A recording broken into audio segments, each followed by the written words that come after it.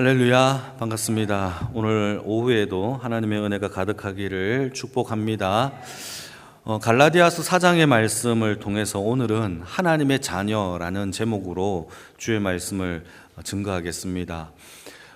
갈라디아서의 저자인 사도 바울은 우리에게 지난 시간에 뭐라고 얘기를 했냐 하면, 믿음이 오기 전에, 예수님이 이 땅에 오시기 전에는 우리가 다 죄의 종이었다라고 이야기를 하고 있어요. 그러나 믿음이 온 이후, 예수님이 오신 이후에는 우리가 하나님의 아들이라는 신분을 얻었다라고 주장합니다.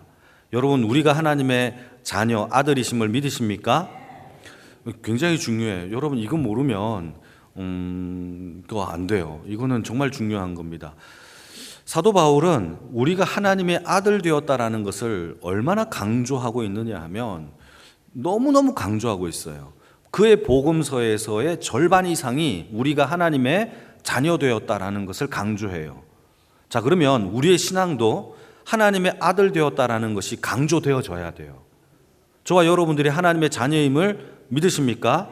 그 믿음이 우리의 신앙의 절반을 차지해야 됩니다. 그 이유를 오늘 사도 바울이 설명을 하는데, 이게 왜 중요한 사건이냐? 요한복음에는요, 사도 바울이 아닌 다른 요한복음, 사도 요한은요, 그의 복음서에서 하나님의 아들이라는 이 아들이라는 직분을요, 뭐라고 설명하느냐? 하나님의 아들이라는 권세를 얻었다. 권세라고 얘기해요. 영어로 얘기하면 authority라는 엄청난 권위, 어떤 대사관, 이 정도의 권위를 얻었다라고 이야기를 한단 말이죠. 자, 그렇다면 왜 성경에 또 복음서에 사도 바울은 하나님의 아들 되었다라는 것이 왜 이게 중요하냐, 이게 그토록 왜 강조되어야 할 문제인가를 우리가 알아야 되겠죠. 하나의 자격증을 얻었어, 나 자격증 얻었어, 하나의 허가증을 얻었어, 그게 아니에요. 그 아들이 된 신분으로 말미암아 우리가 비로소 하나님의 나라, 그 유업을 이어받을 수 있는 합법적인 자격을 갖추었기 때문에 우리가 그 아들됨이 매우 중요하다라고 성경은 이야기합니다. 왜 그러냐? 하나님의 나라를 이제는 합법적으로 이어받을 명분이 우리에게 주어진 것이 자녀, 아들이라는 권세이기 때문입니다. 같이 한번 읽어볼까요? 1절, 2절입니다. 같이 읽겠습니다. 시작. 내가 또 말하노니 유업을 이을 자가 모든 것의 주인이나 어렸을 동안에는 종과 다름이 없어서 그 아버지가 정한 때까지 후견인과 청지기 아래에 있었대요. 이게 우리가 하나님의 아들이 되는 그 신분에 얻기 전까지는 후견인과 청지기 아래에 있을 그 종이나 다름이 없었지만은, 우리가 이제는 하나님의 자녀라는 권세를 얻음으로 인하여 아버지의 것이 모두 내 것이 되어진 놀라운 역사가 바로 아들 때문이다라고 이야기하는 거죠. 사도 바울은요, 갈라디아서를 통하여 그 당시 로마의 문화에 후견인의 문화를 하나 예화를 듭니다. 제가 한번 예를 들어 볼게요. 어떤 마을에 어떤 지주, 어떤 그 마을의 지주 되시는 분이 우리 아버지입니다. 가정해 봅시다. 아버지가 우리의 지주예요. 그런데 큰 저택이 있겠죠. 또 넓은 땅이 있겠죠. 농사를 짓는 곳도 있겠죠. 과수원도 있겠죠.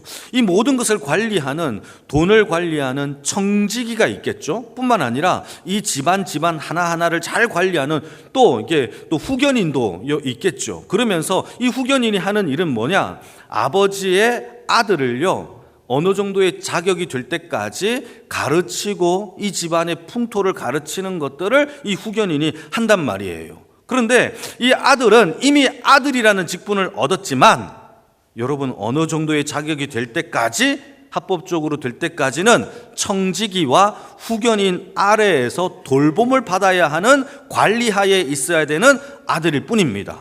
그러니까 모든 것을 가졌지만 그 자격이 주어질 때까지는 주인이지만 주인의 노릇을 하지 못하는 상태가 바로 오늘 본문에서 이야기하고 있는 후견인의 예화예요. 그러니까 사도 바울은 그 당시에 로마의 문화를 통하여서 갈라디아 교인들에게 무엇을 얘기하느냐? 우리가 이미 그리스도와 함께 하나님의 아들, 자녀가 되었음에도 불구하고, 성인이 되었는데도 불구하고 여전히 율법 아래에서 또 종의 아래에서 살려고 하는 이 갈라디아 백성들에게 책망하고 있고, 너희들은 아들이니 아들처럼 살아라 라고 이야기하고 있는 것이 오늘 얘기의 핵심입니다. 조금 더 이야기를 조금 더 해보자면 이걸 어떻게 설명할까 고민을 하다가, 여러분 예전에 미국과 일본이 세계 2차 세계대전을 벌일 때에, 여러분 그때 그 당시에 일본이라는 나라는요 엄청난 강대국이었어요. 모든 전쟁을 치를 때마다 일본은요 다 이겨버립니다. 그런데 이 일본이 어디를 공격하느냐, 미국의 진주만을 공격해요. 미국을 건드려요. 이때부터 미국이 전쟁에 참여를 하게 되는데, 참여하면서 어떤 일이 벌어지느냐, 미국이 핵폭탄을요 히로시마와 나가사키에게 투하를 합니다. 그러니까 일본이 핵폭탄으로 완전히 박살이 났죠. 그때에 일본이 깨달아요. 미국과 전쟁을 하면 우리가 상대가 안 되겠구나. 그래서 항복을 하는데, 이때 항복이 중요합니다. 조건이 없는 항복을 선언해요. 조건 없는 항복. 그러니까 일본은요 미국에게 지금도 마찬가지겠지만 조건 없는 항복을 당한 그런 상태인 거예요. 그러니까 이 일본이 항복을 했는데, 문제는요 일본이 얼마나 그때 미국이 참여하기 전까지 얼마나 강대한 나라였느냐 하면, 모든 곳곳에 일본의 군대를 파견하여서 전쟁을 치르게 했는데, 필리핀이라는 나라에도 일본의 군대를 파견했어요. 파견하고 난 다음에 그 동남아시아 쪽을 다 관할하고 있었는데, 여러분 일본에 파견된 군인들이 생각하기에 핵폭탄을 터뜨리고 난 다음에 단번에 조건 없는 항복을 했다라는 것을 필리핀에 파견된 군인들이 알까요, 모를까요? 모른단 말이에요. 그리고 그들이 항복했다라는 것을 들려줘도 안 믿어요. 지금까지 우리 일본의 대일본 제국이 어떻게 항복을 한 번에 하냐, 안 된다, 말도 안 된다 라고 생각을 했던 것이죠. 그리고 실제적으로 일본인 나라가 전단지를 만들어서 필리핀에 있는 모든 산지에 이게 우리가 항복했고 우리가 졌다, 조건 없는 항복을 했다, 빨리 나와라 라고 이게 전단지를 다 나눠줍니다. 그럼에도 불구하고 안 나왔던 사람이 있어요. 우리가 다 알고 있는 사람이에요. TV에도 많이 나왔잖아요. 오노 다히로라는 이 병사가 그 전단지를 보고도 안 믿어요. 우리 일본이 어떻게 항복을 할 수 있느냐라고 하면서 무려 29년 동안 필리핀에 있는 무슨 섬이냐 하면은 루뱅이라는 섬에 29년 동안 혼자 전쟁을 치르는 사건이 우리 뉴스에서 다 봤잖아요. 그러는 거예요. 이미 전쟁은 끝났고 자유가 선언되었고 평화가 선언되었어요. 그럼에도 불구하고 혼자 루뱅에 앉아서 전쟁을 하고 있는 이 어리석은 이 군인. 어쩌면 우리가 이 갈라디아서에서 사도 바울이 우리에게 이야기하고 있는 것이 이게 아닌가 싶어요. 이미 전쟁은 끝났는데도 불구하고, 하나님 앞에 율법 아래 있는 자가 아님에도 하나님이 이미 선언했음에도 불구하고 우리는 참 자유, 참 진리, 참 하나님의 말씀을 믿고 살아가는 것이 아니라 행위와 율법과 하나의 어떤 미신적인 조항 아래에서 여전히 이거 안 하면 죽을 것 같다라고 생각하며 살아가고 있는 어리석은 혼자 전쟁을 하고 있는 모습이 아닌가. 이것이 사도 바울이 우리에게 지적하고 있는 거예요. 믿어도 제대로 믿어야 구원받아요. 그 길을 가더라도 제대로 가야 돼요. 그래서 사도 바울이 뭐라고 얘기하느냐, 운동 경기자가 운동을 법칙대로 해야 된단 말이에요. 규칙대로 해야지만 이기는 것이지 반칙을 하면 이겨봤자 이거는 진 거란 말이에요. 우리가 하나님을 알아도 제대로 알아야 한다라는 것이 성경에서 우리에게 이야기하고 있는 거예요. 여러분, 믿음은 우리에게 이미 왔고 예수 그리스도를 통하여서 우리가 하나님의 참된 아들이 되었음을 성경이 선언하고 있음을 믿으시기를 축복합니다. 그러니까 여러분, 우리 안에는 어떤 행위에 대한 불편한 마음이 있는 것이 아니라 진리에 대한 참 자유가 우리에게 이미 세워진 것을 믿으시기를 축복합니다. 아들이 아니고 후견인으로 살아가는 어리석은 자가 되지 말기를 바랍니다. 6절 같이 한번 보실까요? 6절입니다. 같이 읽겠습니다. 시작. 너희가 아들이므로 하나님이 그 아들의 영을 우리 마음 가운데 보내사 아빠 아버지라 부르게 하셨느니라. 자, 누가 보내셨느냐? 아들의 영을 하나님이 보내셨어요. 성부 하나님이 우리 안에 예수를 믿음으로 말미암아 성령을 보내셨는데, 이 성령의 이름 자체가 아들의 영이에요. 우리가 하나님의 아들 되었기 때문에 이걸 인정해요, 하나님이. 그래서 아들의 영인 성령을 보내셨고, 성령이 우리 입에서 뭐라고 고백하느냐? 아빠, 아버지라고 고백할 수 있게끔 성령님이 우리 안에서 일하신다라는 거예요. 이 성령님은 우리 안에서 뭘 하느냐? 아빠, 아버지라고 부르게 하는 능력일 뿐만 아니라 예수를 나의 구주로 고백하게 하는, 성령님이 하시는 일은 예수가 나의 구원자임을 고백하게 하는 거예요. 조금 전에 우리가 찬양을, 제가 2절을 2번 읽었잖아요. 2번 찬양했잖아요. 성령이 예수를 더 깊이 알게 하게 하는 영이에요. 그러니까 우리 안에 성령이 있으면 예수를 알 수밖에 없어요. 자, 성부 하나님이 우리에게 아들의 영인 성령을 보내주시고, 성령님이 우리 안에 존재하시면 아빠, 아버지라 부를 뿐만 아니라 예수 그리스도를 나의 구주로 믿게 되는 역사가 일어나는 거죠. 자, 중요합니다. 성부 하나님인 하나님께서 아들의 영인 성령을 보내시고, 성령이 우리 안에 있으면 예수를 나의 구주로 고백해요. 이게 아들 되었다라는 역사입니다. 자, 우리가 하나님의 자녀가 되는 이 역사에는 성부, 성령, 성자, 삼위 하나님이 함께 일하심으로 인하여 고백되는 결정체가 우리가 하나님의 자녀 되었다라는 뜻이라는 거예요. 여러분, 그 자녀됨을 여러분 아빠, 아버지로 고백하기를 축복합니다. 그래서 사도 바울은 이렇게 얘기합니다. 갈라디아 교인들에게 하나님을 아빠, 아버지라고 부르는 이 실제적인 이 부름이 이젠 죄의 종이 아니라 하나님의 아들 되었음을 성령이 선언하고 있다. 이거를 6절 가운데서 우리에게 설명하고 있다라는 사실이죠. 여러분, 우리가 아들의 영을 받음으로 인하여 더 이상 율법이나 행위의 종교가 아니라, 그런 종이 아니라 우리에게 주는 것은 이제는요, 우리가 율법 가운데 죄책감이나 이런 게 살아가는 것이 아니라 말씀 안에서 참 자유를 누리는 주의 인생이 되어지기를 축복합니다. 그래서 여러분, 질문 하나 해볼게요. 여러분, 주의 일을 하거나 주의 봉사를 할 때에 이게 일로 느껴지십니까? 아니면은 행복함으로 느껴지십니까? 솔직하게, 좀 솔직하기가 어려우신 분은 속으로 대답해도 됩니다. 여러분, 이게 의무입니까? 은혜입니까? 어때요? 아이고야. 이게 은혜가 돼야 되는데 어쩌면 저도 가끔씩 의무가 될 때가 많아요. 아이고, 또 해야 되네, 이렇게 생각할 때가 많단 말이죠. 그런데 여러분, 이게 아니죠. 하나님이 우리에게 은혜를 부어주셨고, 그 은혜 가운데 감사함으로 주의 일들을 감당하는 거예요. 그것을 알게 하시는 분이 성령님이십니다. 여러분, 우리 안에 성령의 충만함이 넘치기를 축복합니다. 우리는 아들이에요. 그러니까 이 회사가 내 거예요. 월급쟁이가 아니라 아들로서 이 회사를 물려받는 능동적인 주의 백성이 되어지기를 축복합니다.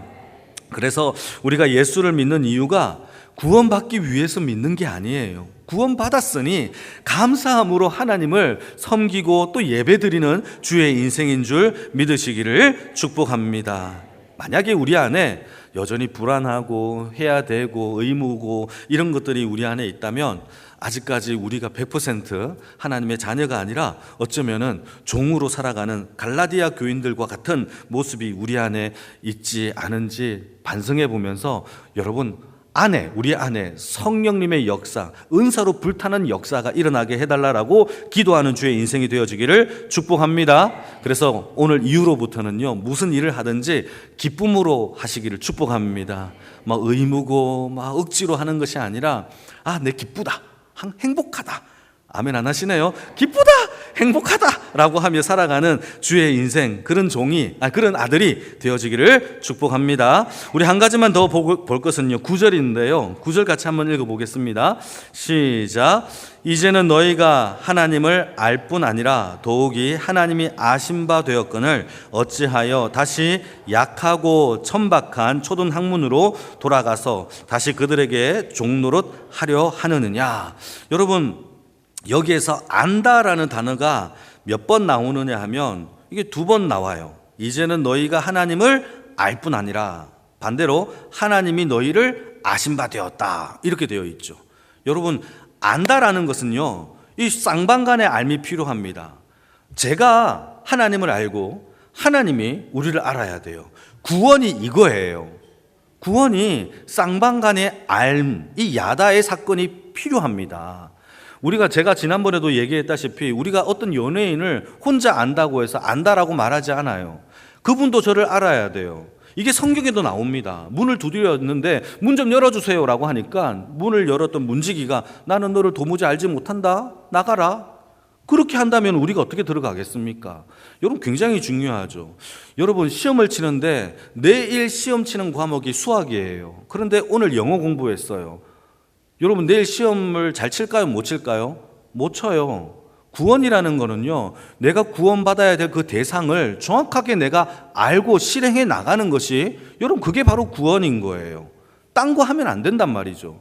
여러분 우리가 하나님을 기쁘시게 하는 방법이 아니라 나를 기쁘시게 하는 신앙생활을 지금까지 해왔어요. 문을 두드립니다. 나 지금까지 열심히 해왔잖아요. 난 너 도대체 너가 누군지 모른다 라고 하면 어떻게 할 건데요. 이게 구원인 거예요. 그러니까 아버지가 나를 알고 나도 아버지를 아는 이 쌍방간의 암, 이게 바로 우리에게 필요한 교제의 영역이에요. 교제. 그러니까 하나님의 자녀가 되면 누릴 수 있는 권세 중에 하나가 교제예요. 교제. 사랑하는 성도 여러분, 하나님과 교제하십니까? 교제의 능력이 풍성해지기를 축복합니다. 그래서 요한 1서 사도 요한은요, 우리에게 뭐라고 얘기하느냐? 하나님의 아들 된 것을 권세라고 얘기하면서 그 권세의 내용이 뭐냐? 하나님과 그의 아들 예수와 무한한 사귐이 있기 때문에 권세라고 얘기를 해요. 여러분 우리 안에 하나님과 그의 아들 예수와 사귐의 역사가 있기를 축복합니다. 요한 1서 1장 3절입니다. 제가 읽겠습니다.